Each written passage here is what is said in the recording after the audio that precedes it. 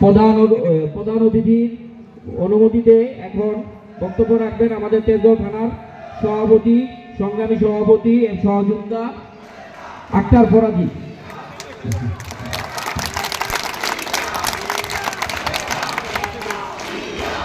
আউযু বিল্লাহি মিনাশ শাইতানির রাজিম। বিসমিল্লাহির রহমানির রহিম।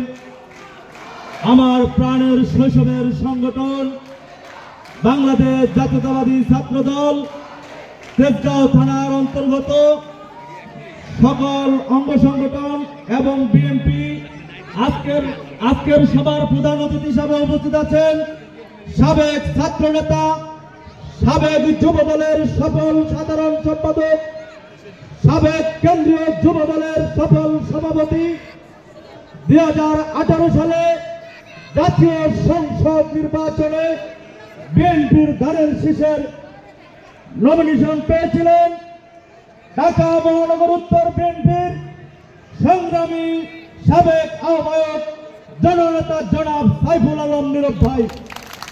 জনাব সাইফুল আলম নীরব ভাই আজকের এই প্রোগ্রামে এসে আমাদেরকে সম্মানিত করেছেন, আমাদের মাঝে আরো উপস্থিত আছেন। সময় সংক্ষিপ্ততার কারণে অনেকের বক্তব্য দিতে পারি নাই, অনেকের নাম বলতে পারি নাই। আপনারা আজানের কারণে এবং আমাদের নীরব ভাইয়ের নির্দেশে একটু তাড়াতাড়ি প্রোগ্রামটা শেষ করতে হবে, অনেকের নাম বলতে পারিনি। আজকের এই প্রোগ্রামে ছাত্রদল, যুবদল, স্বেচ্ছাসেবক দল, শ্রমিক দল, মহিলা দল সহ যারা এসেছেন সবাইকে ধন্যবাদ জানাই। এবং আজকের এই প্রোগ্রামটি জনাব সাইফুল আলম নীরব ভাই অতীতে করোনাকালীন সময় সহ দেশের প্রতিটি ক্রান্তি লগ্নে বাংলাদেশ জাতীয়তাবাদী দল বিএনপি জনাব তারেক রহমানের নির্দেশনায় জননেতা জনাব সাইফুল আলম নীরব ভাই মানুষের পাশে দাঁড়িয়েছে।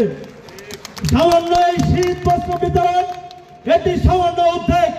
বিএনপি যদি আগামীতে রাষ্ট্রীয় সরকার গঠন করে, গণতন্ত্র যদি ফিরে আসে, জননেতা জনাব সাইফুল আলম নীরব ভাই অতীতের ন্যায় এই তেজগাঁও, রমনা, শেরেবাংলা, শিল্পাঞ্চল সহ সকল মানুষের পাশে থাকবে।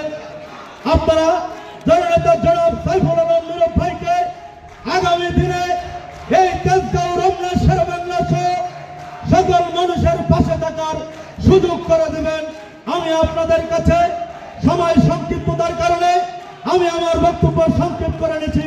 আজকের এই প্রোগ্রামে যারা এসেছেন সহযোদ্ধা সবাইকে ধন্যবাদ জানিয়ে এখন আমাদের সামনে বক্তব্য রাখবেন ঢাকা মহানগর উত্তর বিএনপির সংগ্রামী আহ্বায়ক, সাবেক ছাত্র নেতা থেকে জননেতা, জননেতা থেকে যুবনেতা, যুবনেতা থেকে বাংলাদেশের জাতীয় নেতা জনাব সাইফুল আলম নীরব ভাই আজকের এই প্রোগ্রামে বক্তব্য রাখবেন।